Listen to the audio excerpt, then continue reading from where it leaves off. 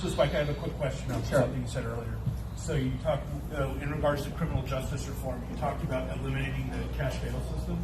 As a libertarian, so generally our principle is that private industry does things more efficiently than the government. So in places that they offer, bail bonds or whatever, I'm not challenging you. I'm just seeking clarification.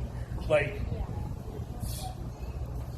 I just want to explain from a libertarian, from as far as the libertarian standpoint, why that makes sense. So, versus having, like I said, private bail bondsmen who are doing it now. So you're saying the system doesn't work, is what I'm. Yeah. So here's what we've seen in the areas that the argument for cash bail is that if they have a little skin in the game, they'll show up to court. What we've seen is that when cash bail has been removed in different cities and different municipalities, the number of people who showed up pretty much stayed the same, because it turns out most people don't want an outstanding warrant on them, especially if it's for a relatively minor thing that they can go in and deal with. Here's the problem with cash bail.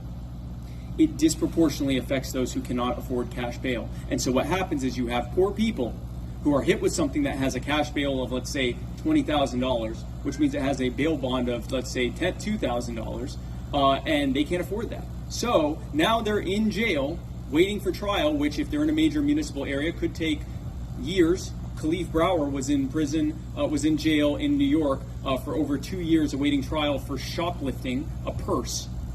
And because of cash bail, these folks often have to face one of two things: either staying in jail, not working, because you don't get a doctor's excuse for I'm at jail. So you lose your job, you lose everything. Your family's falling apart because you can't provide for them. Your entire life is falling apart because you're stuck in jail. Or you can just plead guilty.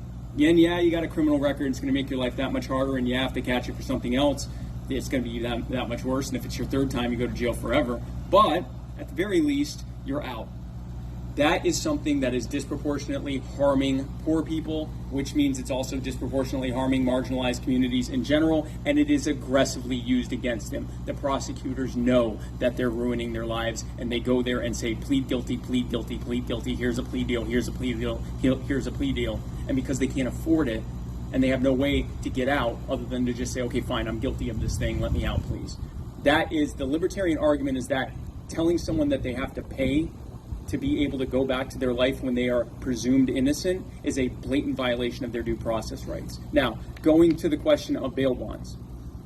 In the same way that a private prison isn't really private because their only client is the government,